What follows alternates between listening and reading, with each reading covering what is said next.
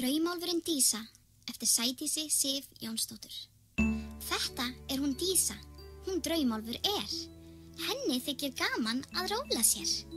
Þegar hún rólar hátt upp í geim, lokar hún augum og sér annan heim. Dísa elskar að leyfa sér að dreyma allt sem hugurinn hefur að geyma. Hún trúir því að draumarnir rætast ef trúin og vonin saman mætast. Dísa á vini, þá manna og danna, þau leika sér saman og heiminn kanna. Dísa þarf stundum að segja við þá, það verða allir að skiptast á. Manni og Danni eru bræður góðir og sjálf Dísa þeim hálfgerð móðir.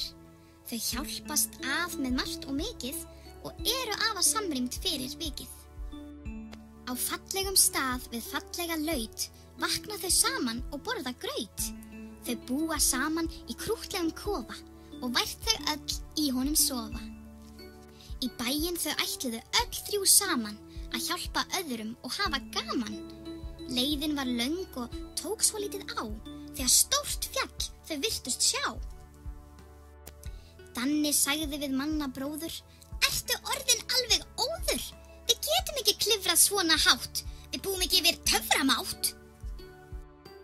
En Manni sagði, við getum allt, drífum okkur án að verða kalt. Þú manst hvað Dísa alltaf segir, að trúa á þig og alltaf eigir. Að eiga sér drauma dýrmætast þó verður maður að hafa trú á sjálfum sér. Ef við treystum ekki okkar eigin sjálfi, gæti þurft hjálp frá Dísu draumálfi. Dísa hjálpar okkur að skilja að það sem þarf að trúa og vilja. Horfum í spegil og segjum nú, ég get allt, ég hef fulla trú. Hæ, ef þið finnst myndböndin mín skemmtileg, endilega smelta á rauða hnappinn og ekki gleyma like-takkanum ef þér líka við myndbandið. Sjáumst!